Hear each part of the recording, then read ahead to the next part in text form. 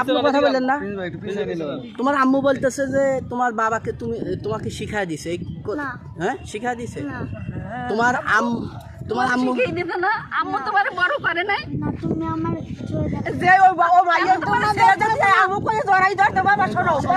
আমার প্রশ্ন হচ্ছে এই এখন কি বলবেন? আপনার ছেলে তো আপনাকে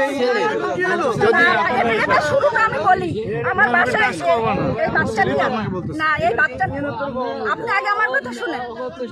আমি এই বাসায় যখন ছিলাম, এই বাসায় আমার সাথে ওর বাবাও ছিল, 2 মাস ছিল আমার সাথে। অফিস থেকে আসলে বাচ্চা আমাকে মা বলে এসে 2টা বাচ্চা আমাকে জড়াই ধরতো। এরপর ওই আমার হাজবেন্ড এরপর পরে ওদের সাথে অশান্তি করতে, যখন আমি অফিসে যাইতাম তখন বলতে কেন মার কাছে জড়াই ধরো, তাহলে মা এখন তো দেখে না। যখন আমি রাইখে যাইতাম বাসায়, মা এখন দেখে না তোদের, মা যে জায়গায় গেছে সেই জায়গায় চলে যেত, কোনো খাবার দিত না।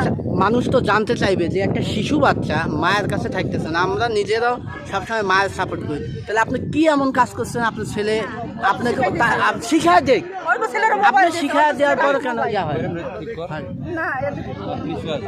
শিখাই দিছে, এটা শিখাই দিছে যে ওদের লোক দেখাইছে, ওদের মানে আমাকে তো, আমি তো সময় দিতে পারি না, আমাকে তো বললেই হবে না। আমি একটা সরকারি জব করি, ওখানে তো সীমিত টাকা পাই, সেখানে আমার তো সিলেটের মতো। আচ্ছা এখন আপনি কি চাচ্ছেন?